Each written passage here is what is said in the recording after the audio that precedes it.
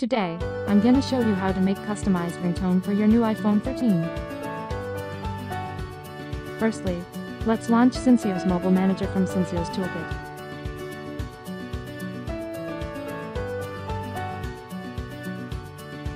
Before we start, make sure that we have successfully connected the iPhone 13 with the PC. Secondly, we should choose Toolbox from the top panel and click Ringtone Maker.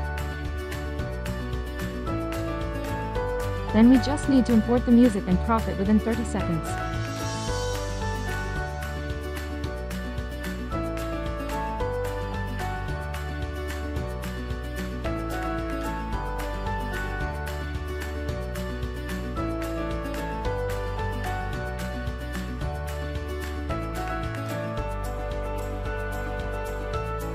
In the end, click Import to Device to import the customized ringtone to your iPhone 13.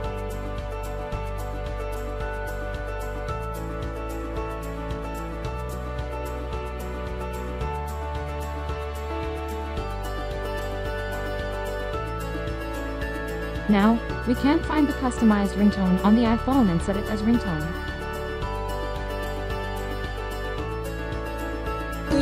Memories bring back memories.